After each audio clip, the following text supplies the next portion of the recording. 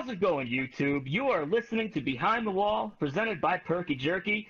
As always, I'm King Junior 88, and alongside me this week, as always, are my co-hosts, Thermite 917 and Pro Bowl 43. And this weekend, we are going to talk about Hotlanta, the Folds of Honor Quick Trip 500 race weekend. With the race recap, here is Tyler. Take it away. Thank you, Kane. As Kane has mentioned, the Folds of Honor Quick Trip 500 has concluded, and Kevin Harvick comes home as the victor. We didn't even think the race was going to get in on Sunday, as the weather was extremely threatening, but they were able to make it happen. No stoppages for rain, but getting the race going, Ryan Newman just right off the bat floored away from Kyle Busch, the pole sitter, and looked very strong early. The field was pretty up and down through the first stage until Kevin Harvick finally just decided to take control. They had a competition caution at lap 30. After the competition caution, they just got back going. Things shuffled kind of in and around and just finished with Kevin Harvick as the stage winner. Stage 2 kind of started off, well, a little interesting because Kevin Harvick had a mistake on the day somehow. One of the few things he did wrong, but it was mainly his team because they had a gun problem.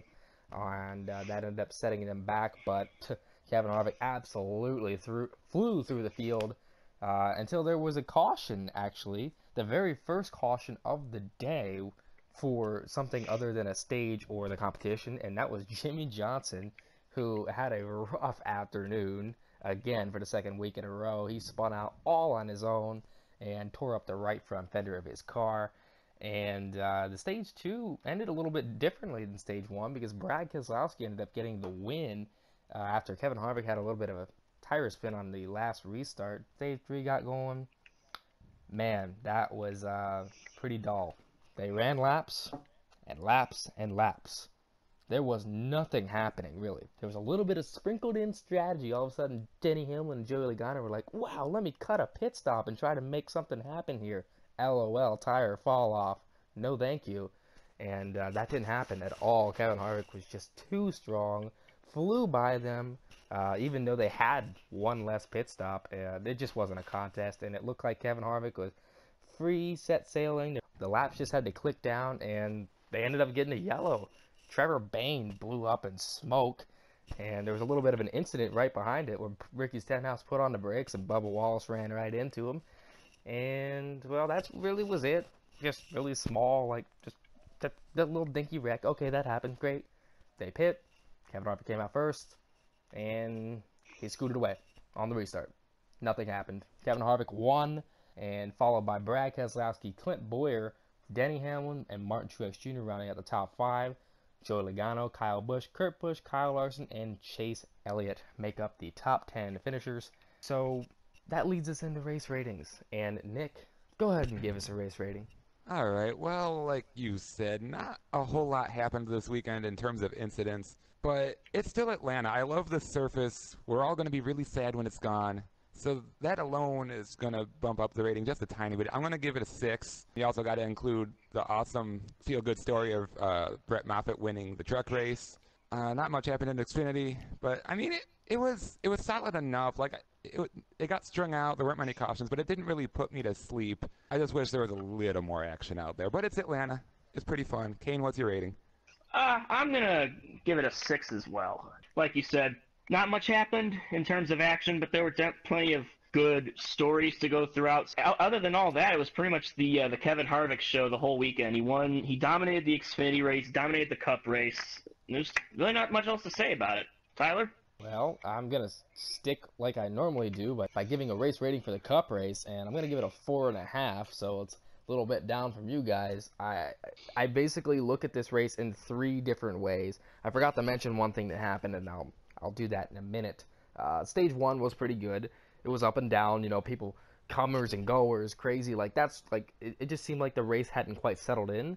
And then once it did, then you just saw the players, and then that was basically it for the rest of the race. And then there was just one time later in the race where there was a nice little battle between Brad Keselowski, Kurt Busch, and Kevin Harvick, and that was kind of cool. And other than that, realistically, nothing happened. The strategy, it was comical to me, the way the announcers always try to make something out of nothing. Like they're humping up. Wow, this is really exciting strategy. No, it's not. Kevin Harvick blew by Denny Hamlin. I remember they were saying, oh, Joe Gibbs tweeted something like, oh, if this keeps going, Kevin Harvick and Denny Hamlin are going to battle for the win with 10 to go. No, they didn't. It wasn't. And that would have been cool. But It Harvick might was have just so been. fast, just totally negated the extra Yeah. pit stop. Absolutely. There was just not a whole lot there. From a racing perspective standpoint, there was not a whole lot of excitement. There was no battle for the win. Kevin Harvick led 8 times for 180 laps. The next closest person was Kurt Busch at 3 times for 52 laps. So there just wasn't a whole lot there. I didn't hate it. I'm not calling it a bad race, even though my rating is less than half. Good for Kevin Harvick, I suppose. I don't even like him, but I really wasn't mad that he won. He was overdue for a win at Atlanta, so that's just the way it is. The surface is great. Unfortunately, I just think that its time has come. I see a repave, but that's not really what we're discussing here. I'm giving this race a 4.5 out of 10. All right, this week we have a single topic, and it is pertaining to the Cup car count at Atlanta. A extreme low of just 36. Now, I know that there's only 40 cars that can run in a Cup race anymore, but 36 just seems like a super low amount. I wish I had the facts to say here and how long it's been since there has been a car count that low, but it just seems so sad to me that, like, nobody, even a smaller team, couldn't have taken one of their backup cars and just, like, entered it in the race and like, ran just a little bit. It just shows how the sport is, like, that tough right now, especially in Cup. Just the money, there's so many factors into this thing. I just don't understand why that had to happen. It's just really sad. I hate to see it. Yeah, I mean, they initially cut it down from 43 to 40 because they couldn't get that many, and now they only have 36. If you compare that to 43, I mean, that's a huge difference. And it would be okay if it was, like, all quality cars. Like, IndyCar only has, like, 20-something, but they're all good cars.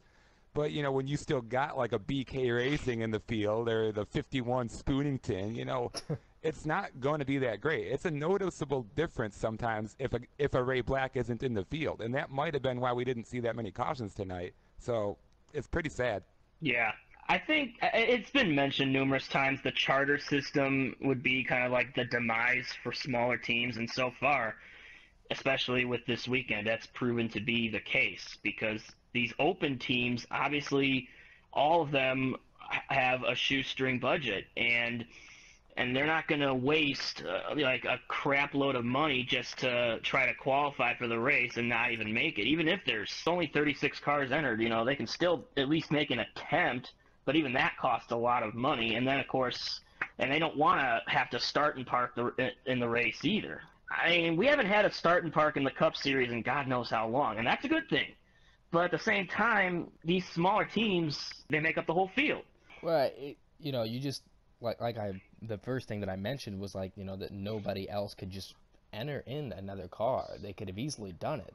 There was 4 open slots that are just there, not even being used. And for the record, as far as start and parking goes, Greg Galding, he ran 99 laps. You heard nothing about it. And they pulled off with a steering problem. Bullshit. I seen on Twitter somebody reference it like, oh, let's go ahead and try to pretend like we're not start and parking. Let's buy 2 sets of tires, run really long and then pull off with the steering problem. Yeah, I heard he started the race with no power steering, and that's like, okay. Yeah, bullshit. Oh, yeah. No, but, I mean, BK Racing is a joke. That's not even this particular conversation. I just had to bring that up because it's hilarious. But it just, I don't understand why that even Starcom Racing that is expected to run a second entry at some point, they couldn't have just thrown in their car. Like, for example, go to Truck Series.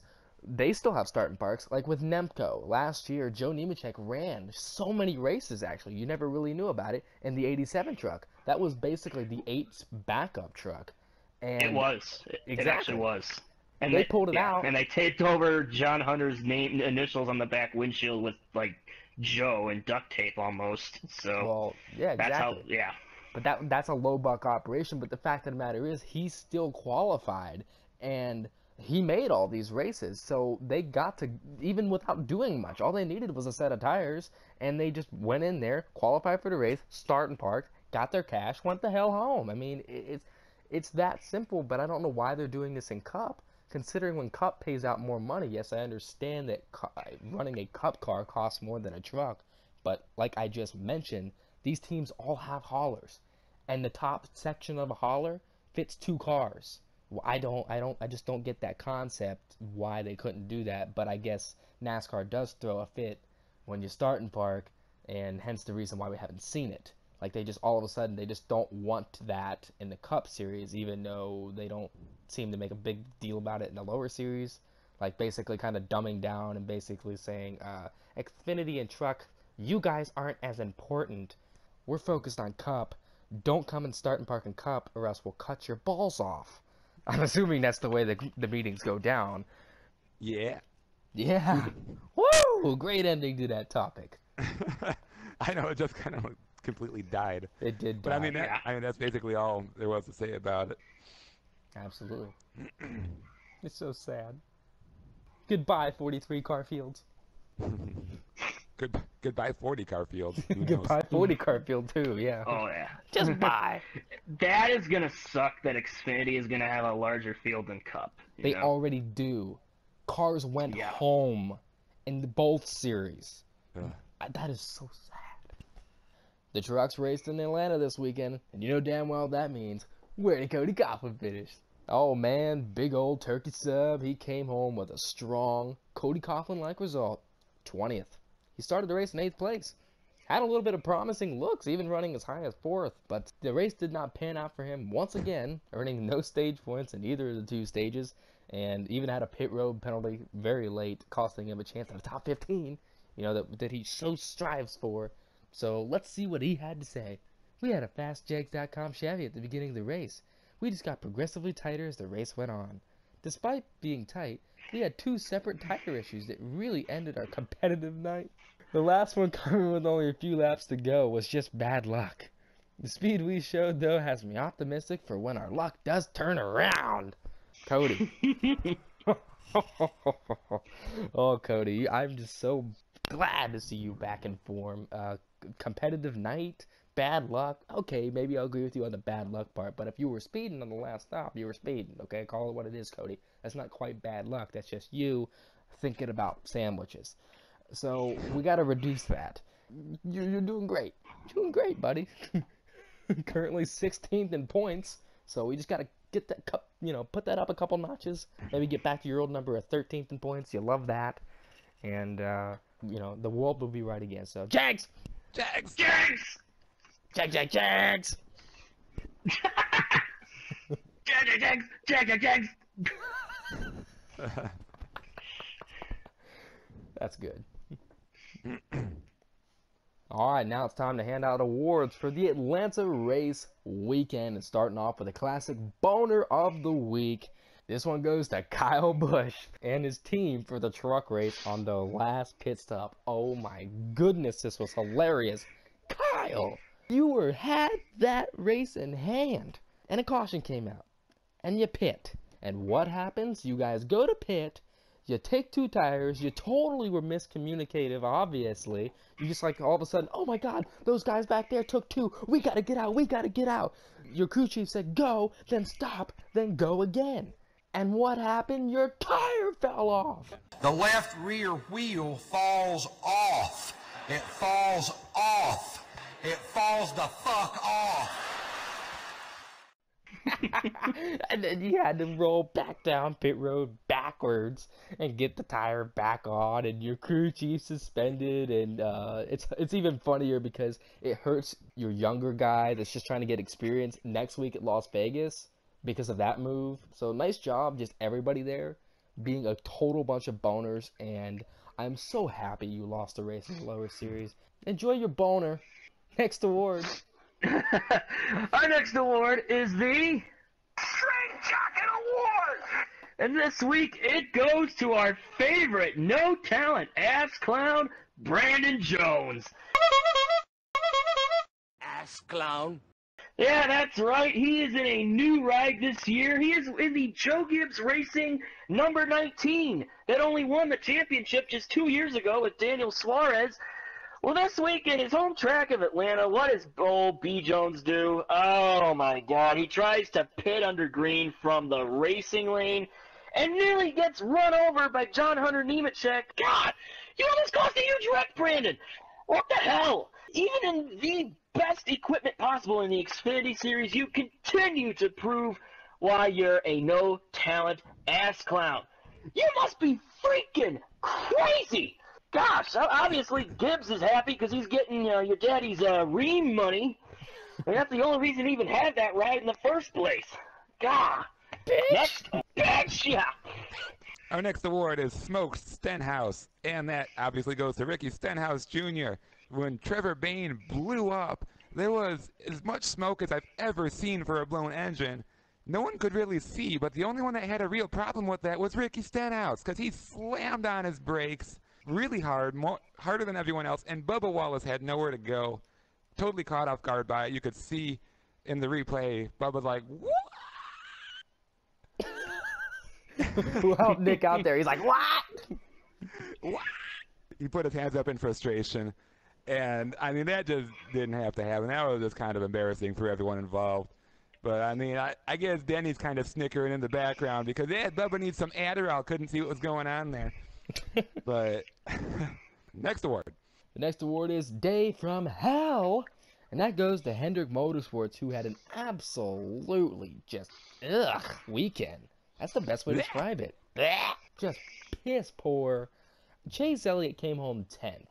That on paper looks decent, but it was just one of those days where it was like, get the top 10 and get the hell out. They were slow. He qualified 27th, worst of the bunch, ran pretty much top 15 all day, tried a little bit of a sprinkled strategy in there, and basically got lucky with the caution fall and basically got a top 10 from that. You know, he might have fallen out of the damn top 10 if that hadn't happened. But everybody else, William Byron, was awful in stage 1. He got passed by Ross Chastain.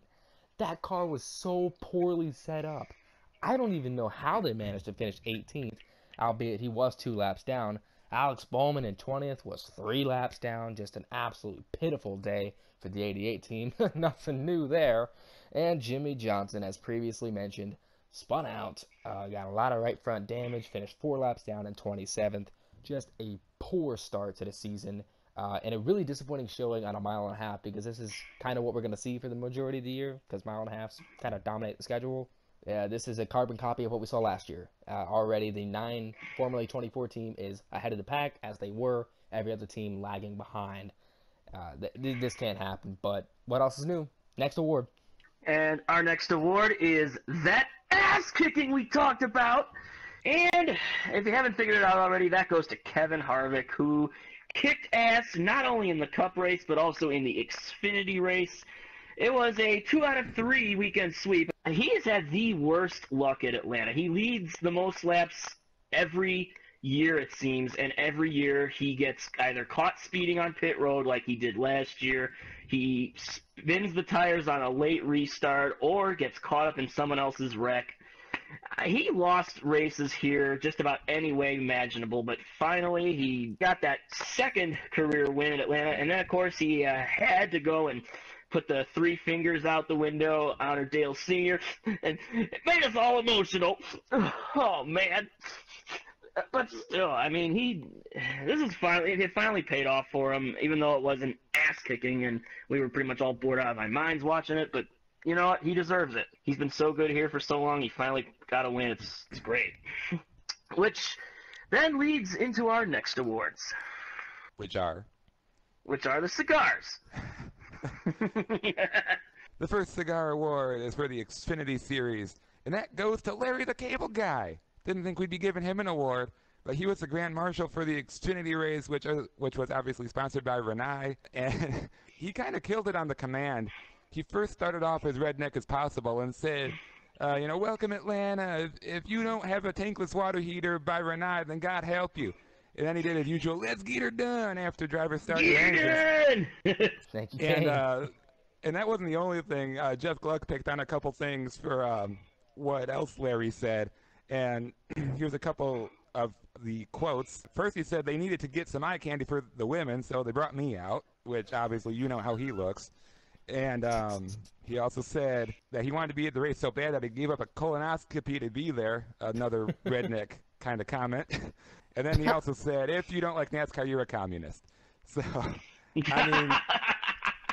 I mean that's how he does it. He's not wrong.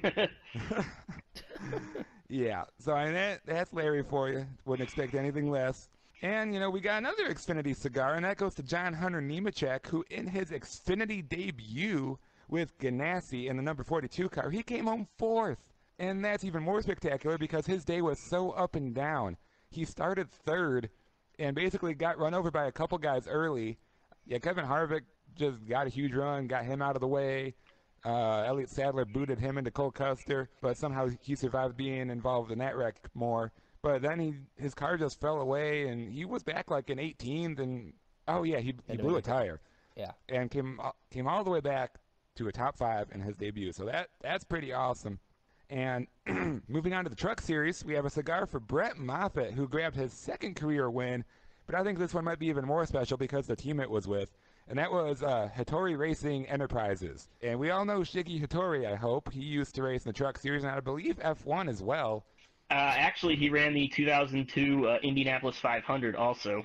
So he's a former IndyCar driver. I do remember him from Indy as well. But, I mean, he's a cool guy. It's a pretty good team.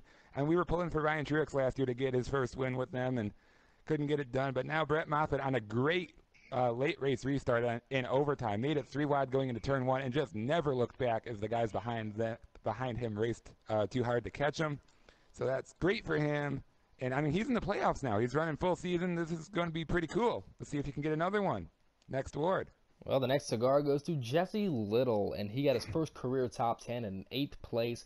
Just a real small, underfunded team, his own team. They only run a handful of races on the year. I'm not exactly sure what the rest of their plans are for 2018, but he ran a really strong race, and had that late caution not come out, he was going to finish 4th. And how maybe a little bit of different circumstances, a different restart position, he might have had a chance to take that restart and do what Brett Moffitt did. But still, nonetheless, a great result for him. Small little team, always a nice feel-good story. So good for Jesse Little. And the final cigar has to go to Mother Nature, which is unbelievable that we're commenting Mother Nature. She dicked us around for a little bit on Sunday, made us all scared, but she let the race run the entire distance of 325 laps, 500 overall miles. So, Mother Nature, you surprised all of us. Thanks for not being a bitch. And we have one last award. It's the favorite, and it's a little bit of a leftover one, but it has to be done. Kane, fill us in. Oh, speaking of bitch, oh my goodness. So for those who didn't watch the Daytona 500 last week, Denny Hamlin made some unflattering comments about drivers using Adderall. Like 70% of drivers use Adderall. Okay, whatever. And then Bubba Wallace, after his second place finish, he was being interviewed by Fox and everything. He's like, well, you know, Denny must need some Adderall there because he pinned him into the wall after the race after he supposedly cut down a tire. And this led to a series of back and forth between the two. Denny did tweet his displeasure on Twitter a few days after the race, and yeah, let's just say he was pretty fucking salty. I mean, oh my goodness. And if that's not bad enough, he kicked Bubba out of his golf league and didn't return his texts either. I mean, what the hell, Denny? Oh, Denny! You know what this means, don't you? It means you get the crying towel! And it's not even the first time. Y'all remember Phoenix 2010. He led the most laps, ran out of fuel, and then the nice guy was offering him water. No, water! I hate water! I hate Bubba too! Goddamn Bubba Wallace making comments about me and Adderall. I tell you what, I'll kick his brown ass. Yeah, that's right. I said it. I don't care if I'm a racist prick. Oh my God. Denny, seriously, dude, you gotta settle this with Bubba, man. All right, call him back. Invite him back into your golf league. Just do it. Bubba was just joking. No need to take things so seriously. My God, pal, Yeah. You're turning into a bigger bitch than Kyle Busch. gosh! And that's saying something. Well, it's funny that you mentioned that because, Denny, you meant those Adderall comments as a joke, right? You said them on a podcast. It was in a jokey manner. And then all of a sudden, you're getting offended when somebody's bringing it up. Shut up. And then telling fans on Twitter, read my messages, moron, and all sorts of weird shit. And Denny just went on a rampage. And, Denny, what a bitch. I hate that Denny Hamlin. I really do. Fucking Denny. Double dicker Denny. You're Denny! You're Danny! Danny! Go to hell, Hamlin. Special FedEx delivery straight to hell. Well, we don't have any particular best paint schemes of the week. Nothing really new stood out. But, of course, we're going to have a shitload of bad ones. It's the worst paint schemes of the week. And kicking it off was the pole sitter, Kyle Busch's Snickers car. It's almond time! Holy shit! Time! Oh, God. My eyes. This is awful. When I saw this, the first thought that went through my head is, what the hell is that? Oh, I know what it is. A carbon copy of his little rowdy, hangry car from last year. We all remember that piece of shit, which won Worst Paint Scheme of the Year for 2017. This one is maybe perhaps worse because it's so terrible. The Snickers is just... it doesn't even look good on the side. This time they didn't even really attempt to do a wrapper. Just like a really poor drop shadow. Almond. Everything's oversized. We obviously know the huge ass blown up ass as that they made that in an attempt to have some sort of design. Again, for the second year in a row, it's not a design. You guys have no creativity. Absolutely awful. And is instantly a nomination for worst special paint scheme of the year at the very least. So just awful, awful, awful. Stop it, Snickers. The awful, atrocious almond asshole. Exactly. Exactly. For our right favorite there. salty Snickers son of a bitch! Bingo, Exactly. Kane. You fucking said it. And I'm going to move on to another one. This one's a little bit quicker. Ricky Stenhouse's Ford. That was weird to say, but it's true. Look at this car. They have recycled this design so much. And it's not a bad design, but it's just so poorly colorized with the matte finish. It just doesn't work. And the Ford slapped on the side doesn't work. It's a Ford blue oval, and it basically goes on top of the blue. Like, it blends in. Like, it was not properly colorized. They have dumbed this car down from, I remember the old Ford EcoBoost cars with Carl Edwards, which was badass. That design works so well on that car. This car, it does not work. Kane, what's the next terrible design? Our next bad paint scheme is one we previewed last year. It's William Byron's Liberty University car. Oh my god. I mean, it's bad enough that it has the stupid Hendrick A-pillar spike and off-colored back end. But god, those flames. I mean, they look so limp. They look like they need a fucking Viagra. It's like the whole front of the car is red, and then you got these flames that just drop off like that. I mean, good God, his Xfinity paint scheme last year would have been so much better. It would have really worked on this new Camaro body, but no, we had to go with something that is just, so much worse. This is Brennan Drapo's fault once again. He's the whole reason Jimmy Johnson's car sucks this year. He's the whole reason Alex Bowman's Nationwide car sucks this year. Blame him. Oh, we don't even know if so Brendan Drapo designed this car, but we're just going to blame him anyways, because this is something he probably did. Yep. A ball was Drapo'd on this paint scheme no matter what. Absolutely. Whether it was him or not, we don't know, but it probably was. And we have one more paint scheme that was a pretty simple one. We've kind of already seen it, but it was just bad. Nick, what was it? It was Paul Menard's Ford. And, this paint scheme already kind of sucked. Ryan Blaney's run it. Paul Menard's going to run it a lot. And it's highlighter yellow with these really skinny pinstripes. But the worst thing this week, for some reason, the Menards logo is filled in with red instead of white. And it just totally ruins the scheme even more. Like, why do they do that?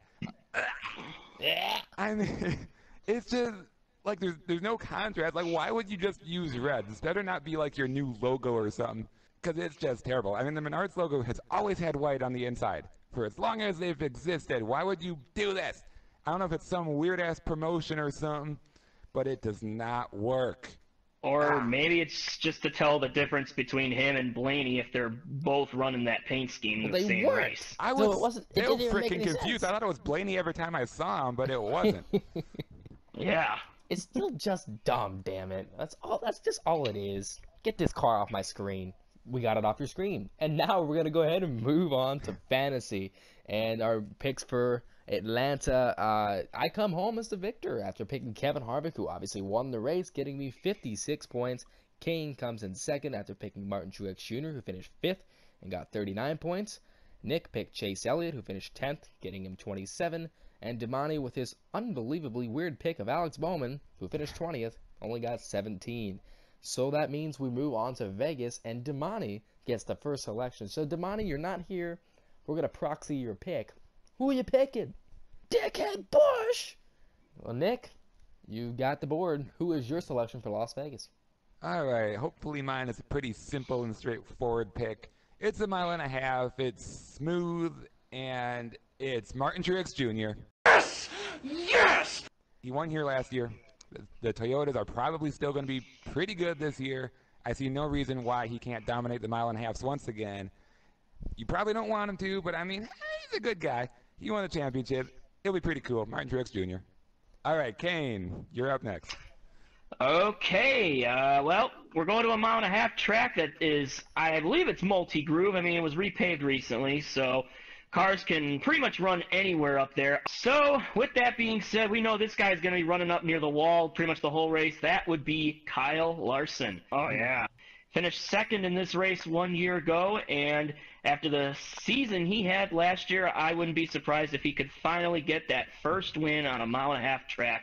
I'm going with Kyle Larson, which is now Tyler's turn. Tyler, take it away. Thank you, Kane. I just decided it right now that I'm going to go with Brad Keselowski. Whoa! They showed up with a little bit of speed. I think they can do the same. He won in Las Vegas in 2014 after Pip and Dale Jr. who ran out of gas on the last lap. Oh, I had to bring up that painful memory, but he has done it there before, and I wouldn't see why not. The Fords were very strong in Atlanta. I'll just go with the trend, man. So Brad Keselowski takes it at Las Vegas. Well, that does it for yet again another episode of Behind the Wall, presented by Perky Jerky. We appreciate you listening if you did. So for Damani HD, we never hear from him, but yet we have to mention him because we love him. Simple as that. For Kane Jr. 88, he was late to our podcast taping, so we're going to shun him. Oh, we already did, but we're going to shun him some He's more. fixing his kitchen. He's fixing his kitchen. So look for the new DIY show, Kane's Kitchens and More, coming this fall. For Thermite 917, he was a little bit under the weather this week. He took my role from last week, so I'm assuming Kane's going to get sick next. So enjoy your sickness, Kane. And for myself, Pro Bowl 43, I don't have anything to say for myself, nothing witty. I'm not thinking about it. I just want to end this episode. So you've been Behind the Wall, presented by Perky Jerky, and thank you for listening.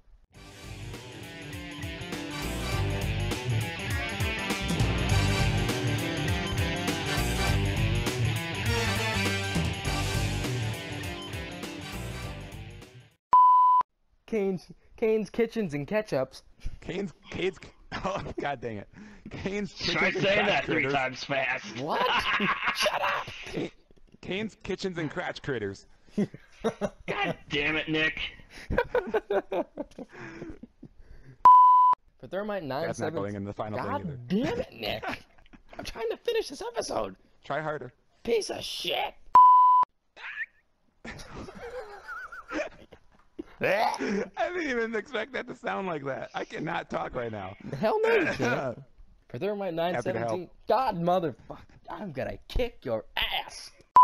For Thermite 917, I mean, whenever you're ready. You fucking whore. for Kane Jr. He's 88. What? I said he's okay. Oh, I thought you said he's a papucho. Now, Demonte, I could see being a papucho. He could be a papucho. I mean, he's very desirable among men. So, wait. He's got a cult gay following. Yeah. I don't know any huge gay friends. He can't wait to have all the sex With his papucho. with his papucho. Oh Christ. I mean, they need a Viagra, you know, for their pachucho. It's All right, Papucho. and It's his Papucho, goddammit. Yeah. And what's a And the planes Papucho? need to be that way too. Okay, a papucho is a young man or a boy who is flat out sexy and confident, or something along those lines. Sex. That's these guys. Yeah, these guys came up with the definition, I guess, and I looked it up. It's an actual definition. Actual word. It is. It is Just an actual word. Yes. Fucking Christ, restart it. Jesus, it's Papucho. Papucho. Redo the whole thing. Don't even Hold on a mention minute. Papucho. Just forget about it. God damn it, Kane. Do I have to go back and give a boner to you? Oh, that sounds really weird. Please don't. Never mind. Forget that I said that. That was a little bit out of context. Yeah. Even in context, I mean. It's just still bad. Yeah. I understand that. It came out bad. I apologize. I feel terrible. Sorry. All right, Yeah. Kane. All right. Next award. Oh my God. I didn't think it was going to be this bad. Oh man. All right.